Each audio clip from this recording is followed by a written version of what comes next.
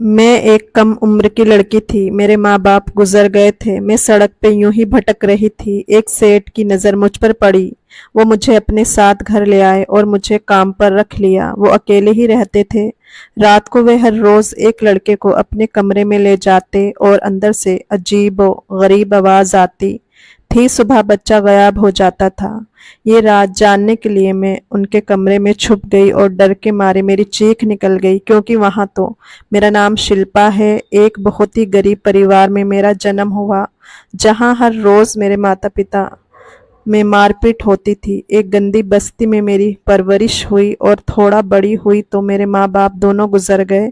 जिस बस्ती में मैं रहती थी वह मकान किराए का था। मेरे माँ बाप की मौत के बाद मकान मालिक ने मुझे घर से बाहर निकाल दिया।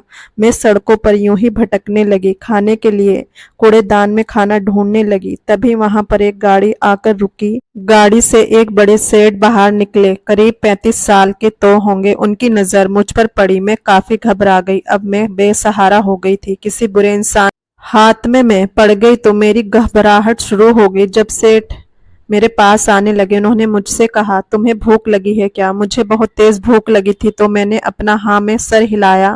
भूख से बड़ा दुश्मन तो और कोई भी नहीं है। उन्होंने कहा, मुझे काम के लिए अपने घर में एक लड़की चाहिए। तुम मेरे घर काम करोगी क्या? उनकी बात सुनकर मैं हैरत में पड़ गई। वह मुझे जानते तक नहीं और अपने घर पर काम करने के लिए कह रहे हैं। मुझे सोच में डूबा देख उन्होंने कहा, तुम्हें घबराने की जरूरत नहीं है। मैंने सोचकर कहा, ठीक है, मैं काम करने के लिए तैयार हूं, पर आपने तो मेरे बारे में कुछ पूछा ही नहीं। उन्होंने कहा, बताओ अपने बारे में। मैंने अपने बारे में सब बता दिया, यह भी कि मेरे पास अब रहने को छत भी नहीं है। न जाने मैं ये सारी बातें क्यों बताई, मैं तो इन्हें जानती भी नहीं हूँ। शायद मेरी हालत अब इतनी बुरी हो चुकी थी कि मैं अनजान इंसान पर भरोसा करने लगी हूँ। उन्होंने कहा, कोई बात नहीं, चलो तुम मेरे साथ। अब तुम मेरे घर में ही रहना, खाना और वहाँ काम करना। मैं उनकी गाड़ी में बैठ गई। उन्होंने मुझे एक कपड़े की दुकान पर ले गए और मुझे कुछ कपड़े खरीद के दिए। काफी खूबसूरत कपड़े हैं, मेरे सारे कपड़े तो फटे पुराने हैं। फिर वह मुझे एक पार्लर में ले गए और पार्लर वाले से कहा कि मेरी हालत थोड़ी ठीक कर दे। पार्लर वाले ने मुझे नहाने को कहा और मैं नए कपड़े पहने और उसने मेरा होलिया ठीक कर दिया। जब मैं अपने आप को आईने में देखा तो मैं बहुत ही खूबसूरत लग रही थी। मैं मालिक के साथ उनके बड़े बंगले में आ गई। मालिक घर पर अकेले ही रहते थे। उन्होंने मुझे अपना काम समझा दिया और रहने के लिए एक छोटा सा कमरा भी दे दिया। रात को खाना खाने के बाद वह कहीं बाहर चले गए। फिर अपने साथ एक बच्चे को ले आए। उसको लेकर अपने कमरे में चले गए। मुझे बहुत ही अजीब लगा, पर मैं अपने कमरे में सोने चली गई। अचानक कुछ अजीबो गरीब आवाज से मेरी नींद खुल गई। मुझे लगा आवाज कहाँ से आ रही है। देखने के लिए मैं उठी, पर मैं हैरत में पड़ गई। ये आवाज मालिक के कमरे से आ रही थी। मैं अपने कमरे में वापस आ गई। मालिक के साथ रहकर मुझे रहने के लिए अच्छा कपड़ा और अच्छा खाना मिल रहा था। मैं काफी खुश थी और मैं सुनहरे सपने में डूब गई। जब सुबह हुई तो मैं कमरे से बाहर निकली और अपना काम करने लगी। मालिक का कमरा बंद था। शायद वह अभी सो रहे थे, लेकिन जब वह अपने कमरे से निकले मैं बहुत ही हैरान हुई। जो बच्चा कल रात उनके साथ उनके कमरे में गया था वह वापस नहीं आया। मालिक ने मुझसे कहा था कि तुम पूरे घर की सफाई करना, खाना बनाना और घर की सारी जिम्मेदारी उन्होंने मुझे थमा दी थी। बस उन्होंने कहा था कि मेरे कमरे और बेसमेंट में कभी भी मत आना। मैं अपने कमरे की सफाई खुद करता हूँ। मैं सारा काम कर लिया, पर उनके कमरे की सफाई को छोड़कर बेसमेंट में तो ताला लगा रहता था। मालिक दिन में कहीं बाहर चले गए, शायद अपने काम पर गए होंगे, पर उनका कमरा लॉक किया हुआ था। जब शाम हुई तो वह वापस आ गए। जब रात का खाना तैयार हो गया तो मैंने उन्हें बुलाया। मैं उन्हें खाना परोसा तो उन्होंने मुझसे कहा, तुम बहुत ही अच्छा खाना बनाती हो। ये सुनकर मैं तो मुस्कुराने लगी। खाना खाने के बाद वह फिर से कहीं बाहर चले गए और अपने साथ किसी दूसरे बच्चे को लेकर आए और उसे लेकर अपने कमरे में चले गए। मैं सोने चली गई, लेकिन आज भी अचानक ही मेरी आंख खुल गई। मुझे वह अजीबो गरीब आवाज फिर से आने लगी। न जाने क्यों आज मेरे दिल की धड़कन तेज हो गई। सुबह मैं जल्दी उठ गई और बाहर काम करने लगी। बस मुझे ये जानना था कि वह बच्चा वापस निकलेगा या नहीं, पर मालिक के उठने के बाद अपने कमरे से अकेले ही बाहर आए। बच्चा फिर से गायब था। ये रोज बच्चे को लेकर कमरे में जाते, फिर अकेले बाहर क्यों आते? बच्चा कहाँ जाता है? कहीं मेरे मालिक कोई गलत काम तो नहीं करते हैं? मुझे मन किया मैं उनसे जाकर पूछूं, पर डर के मारे मैं चुप रही। मुझे नई नई नौकरी मिली है, अगर उन्होंने मुझे बाहर निकाल दिया तो मेरा क्या होगा? लेकिन फिर मुझे ख्याल आया कि मैं इस घर में उनके साथ अकेली रहती हूँ, अगर मेरे साथ कुछ हो गया तो। पर मैंने एक बात गौर किया था कि मालिक कभी भी बुरी नजर से मेरी तरफ नहीं देखा। अपने साथ हमेशा लड़कों को ही लेकर आते। ये रोज रोज चलने लगा। रोज कोई ना कोई लड़का उनके साथ कमरे में जाता, उनके कमरे से आवाज आती और लड़का गायब हो जाता है।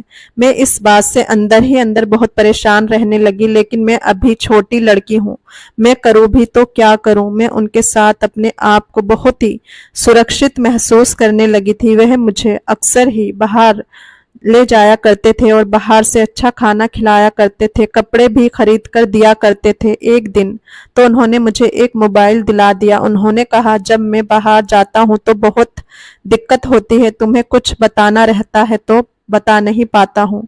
ये मेरी जिंदगी का पहला मोबाइल है, लेकिन हर रोज मैं इस तरह से बच्चे को गायब हो जाते देखे थे और आवाज भी पता नहीं किस चीज की आती थी।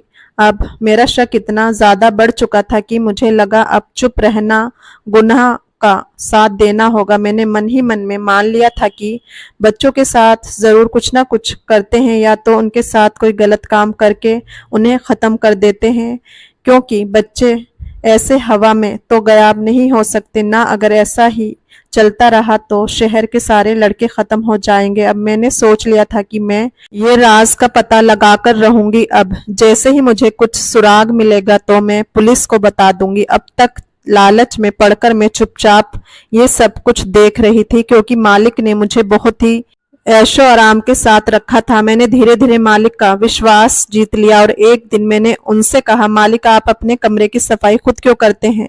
मुझे अच्छा नहीं लगता। जब आप कमरे में होते हो तो तब मुझे बुला लिया करो, मैं साफ कर दिया करूंगी। मेरा इस दुनिया में कोई भी नहीं है। आपको अगर लगता है कि मैं चोरी करूंगी तो ये सच नहीं।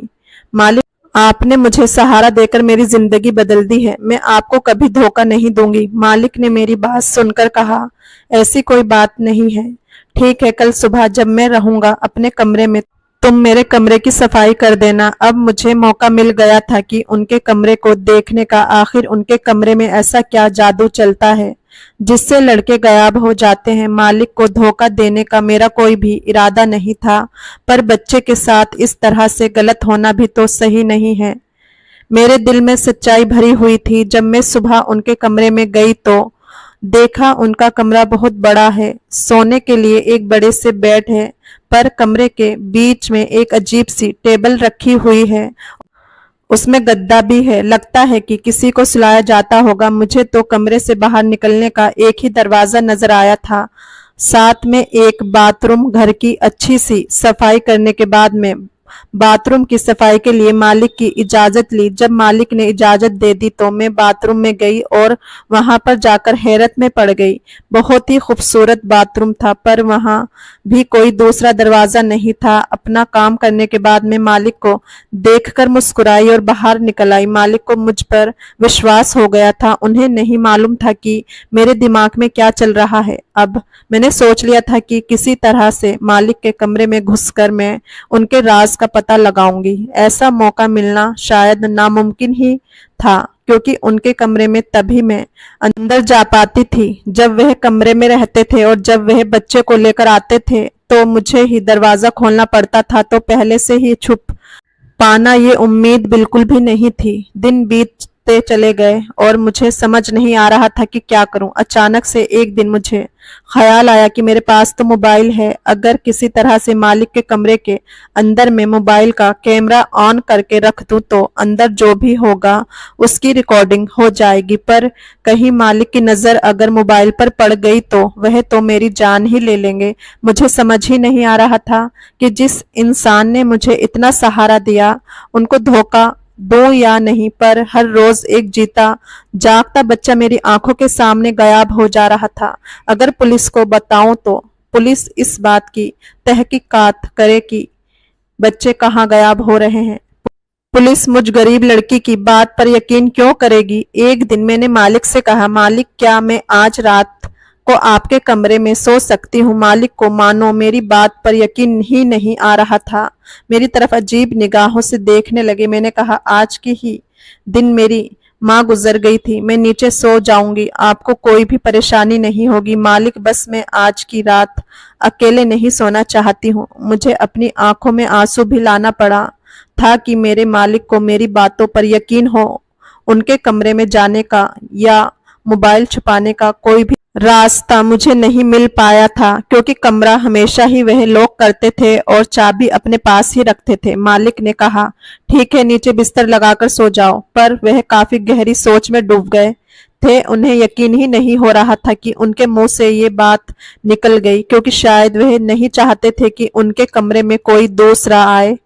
मेरे आंसू देखकर ही उन्होंने मुझे अपने कमरे में एक रात गुजारने की इजाजत दे दी थी। मैं अपने आंसू पोंछकर अपना बिस्तर मालिक के बिस्तर के साइड में लगा दिया और जैसे ही मैं लेटी तो सोने का नाटक करने लगी। मालिक शायद बाहर चले गए थे और जब दरवाजा खोलने की आवाज आई तो मैंने देखा एक लड़के को लेकर आए हैं। लड़के को बिठाकर मालिक मेरे पास आए तो देखा कि मैं सो रही हूँ। वे फिर से उस लड़के के पास चले गए। मालिक ने अपने लैपटॉप में कुछ चलाया और एक अजीब सी आवाज वहां से आने लगी। अब मुझे समझ आया कि वह अजीब सी आवाज लैपटॉप से आई थी। फिर कुछ चीज जलाया जिससे कमरा धुएं से भर गया। वह धुआं कमरे में फैल गया और थोड़ी देर में मैं बेहोश हो गई। जब मेरी आंख खुली तब सुबह हो चुकी थी। मैंने देखा मालिक बिस्तर पर लेटे हुए हैं और बच्चा सही सलामत टेबल के ऊपर लेटा हुआ है। मैं भी चुपचाप लेटे हुई थी। मैं देखना चाहती थी कि आगे वह बच्चे के साथ क्या करते हैं। उन्होंने करीब 7 बजे बच्चे को उठाया और खिड़की के पास ले गए। मुझे अब तक वह एक शीशे ही लगा था, लेकिन ये तो दरवाजा है। वहां से बच्चे को लेकर निकले और शायद किसी के हवाले कर दिया। शायद बच्चे के माता पिता हो। माता पिता ने हाथ जोड़कर उन्हें प्रणाम किया और वहां से चले गए। उनके जाने के बाद मैंने उठने का नाटक किया। मैं मालिक के पास गई और कहा, मैं इतनी देर तक कभी नहीं सोई हूं, पर पता नहीं क्यों आज मेरी नींद नहीं खुली। मालिक मुस्कुराए और कहा, कोई बात नहीं। मुझे इस बात से खुशी हो रही थी कि मालिक बच्चों को खत्म नहीं करते, उन बच्चों को उनके माँ बाप के हवाले कर देते हैं। ऐसे ही 7 महीने बीत गए और मैं धीरे धीरे मालिक का विश्वास जीतने लगी। मालिक का मुझ पर पूरी तरीके से विश्वास हो गया। तो मैंने एक दिन पूछा कि आप इस तरह से बच्चे को अपने कमरे में ले जाते हो, क्या कोई इलाज करते हो? पर उन्होंने जो कुछ भी कहा उसे सुनकर मुझे यकीन हो गया था कि मालिक अच्छे इंसान नहीं हैं। वह इन बच्चों के साथ कुछ गलत काम करते हैं। अब मैंने ठान लिया था कि मैं इस राज का पता लगाकर ही रहूंगी। मैं इसलिए चुपचाप बैठ गई थी क्योंकि मुझे लगा था कि बच्चों को ये नहीं मारते हैं, पर अब इनकी बातों से मुझे यकीन हो गया था कि ये कुछ गलत काम कर रहे हैं। इन्होंने मुझसे कहा कि शकूर बस्ती इलाके में लोग जादू टोना सीखते हैं और शहर के अच्छे बच्चे पर ये जादू टोना कर देते हैं। मैं बस उन जादू टोना का उतार कर उन बच्चों को एक अच्छी जिंदगी देता हूँ, जिसके लिए माँ बाप मुझे कुछ पैसे देते हैं। मैंने ये जादू टोना उतारने की विधि सीखी हुई है। उनकी बात सुनकर मैं आई तो थी, पर अपने कमरे में आकर बिल्कुल भी सोच में डूब गई। मैं शुक्र बस्ती में ही रहती थी और वहां ऐसा कुछ भी नहीं होता था। वहां के लोग अपनी जिंदगी में ही व्यस्त हैं, अपनी गरीबी से ही परेशान हैं। लोग इधर उधर काम ढूंढ कर काम करते हैं। वहां पर इस तरह का जादू टोना नहीं चलता है। मेरा बचपन गुजरा है वहां पर। ऐसा कुछ होता तो मुझे भी पता रहता, पर यह बिल्कुल ही झूठी बात है। यहाँ कुछ और ही चल रहा है। अचानक ही मुझे धुएं की याद आई जिससे मैं बेहोश हो गई थी। अब मैंने सोच लिया था कि मैं राज का पता लगाकर ही रहूंगी। मालिक अब अपने कमरे को लॉक नहीं करते थे। मैंने सोचा एक रात में उनके कमरे में छुपकर सब कुछ देखूंगी, पर मुझे धुएं से बचने का उपाय सोचना होगा। मुझे याद है कि जिस रात मैं वहां थी और धुआं हुआ था तो मालिक ने अपने मुंह पर कुछ पहना हुआ था, शायद किसी तरह का मुखौटा हो जिससे इस धुएं से बचा जा सकता हो। अगर मुझे भी ऐसा कुछ मिल जाए तो मैं बेहोश हुए बिना उसको देख पाऊंगी, फिर मैं अपने मोबाइल में रिकॉर्ड कर लूंगी। सफाई के वक्त मुझे कुछ मखौटे मिल गए, उनमें से मैंने एक अपने पास रख लिया और एक रात मुझे मौका मिल गया उनके कमरे में छुपने का। मैं मालिक को बहाना मार दिया कि आज मैं जल्दी सोने जा रही हूँ। रात को जब आप बाहर जाएं तो कमरे को लॉक करके जाएं ताकि आप अंदर आ सकें। आज मेरी तबीयत बहुत खराब है। मालिक ने कहा, ठीक है, कोई बात नहीं, तुम सो जाओ। मैंने अपने कमरे को लॉक कर दिया और उनके कमरे में जाकर छुप गई। आज मुखौटा भी पहन रखा था। जब मालिक बच्चे को लेकर आए तो टेबल पर बैठा दिया, फिर अजीब सी आवाज चला दी और कमरे में कुछ धुआं भर दिया। आज धुआं मुझे बेहोश नहीं कर पाया। लड़का बेहोश हो गया। उसके बेहोश होते ही मालिक ने एक टीका निकाला और उस लड़के को लगा दिया और वह फिर बिस्तर पर आए और लेट गए। उसके बाद वहां ऐसा कुछ भी नहीं हुआ जिस पर कुछ शक हो। बस वह टीका क्या है ये मुझे पता लगाना है। अगली रात घर पर पुलिस आ गई, मालिक को गिरफ्तार कर लिया और अपने साथ ले गए। उन्होंने बच्चे को भी वहां से लेकर हॉस्पिटल गए। बच्चे को किसी तरह का दवा दिया गया था। दरअसल मालिक कोई दवा बनाते थे और उससे बच्चों का टेस्ट किया करते थे। जादू टोना वाली बात झूठी थी। पहले मालिक किसी बच्चे से मिलते थे और उसे कुछ खाने को देते थे। उसमें एक तरह की दवा होती थी जिससे बच्चा बिल्कुल पागल हो जाता था और जब बच्चा अपने माता पिता के पास पहुंचता तो उन्हें लगता कि अचानक बच्चे को क्या हो गया है। मालिक ने ये बात फैला दिया था कि शुक्र बस्ती वाले बच्चों पर जादू टोना कर देते हैं और उस जादू को उतारने के लिए मालिक के पास लोग अपने बच्चे छोड़ जाया करते थे जिनके ऊपर तरह तरह के दवा टेस्टिंग की जाती थी। मालिक का बेसमेंट में रेड पड़ी, वहां पर दवा बनती थी। पुलिस ने वहां से ढेर सारे दवा बरामद किया। मैंने मालिक को धोखा जरूर दिया था पर मुझे यकीन है कि इस समाज का भला हुआ। मुझे एक दवा मिल गई थी जिसे मैं पुलिस वालों को दे दिया था और सारी बातें बता दी। पुलिस ने जब उसे टेस्ट करवाया तो उसमें एक ऐसी दवा मिली जिसे बेचना कानूनी जुर्म है। फिर बाकी काम पुलिस ने ही किया, बाकी की सच्चाई पुलिस वालों ने ही निकाली। मैं फिर से बेसहारा हो गई थी, लेकिन मुझे कोई ना कोई काम तो मिल ही जाएगा क्योंकि मैंने काफी सारे लड़कों की जिंदगी बचाई थी। पुलिस वालों ने कहा था, तुम्हें दोबारा से कहीं काम मिल जाएगा, इसका इंतजाम हम कर देंगे। हाँ, जल्द ही एक घर में मुझे काम मिल गया। दोस्तों, कहानी पसंद आई हो तो लाइक, शेयर और चैनल को सब्सक्राइब जरूर करें। फिर मिलेंगे एक नई और दिलचस्प कहानी में। धन्यवाद।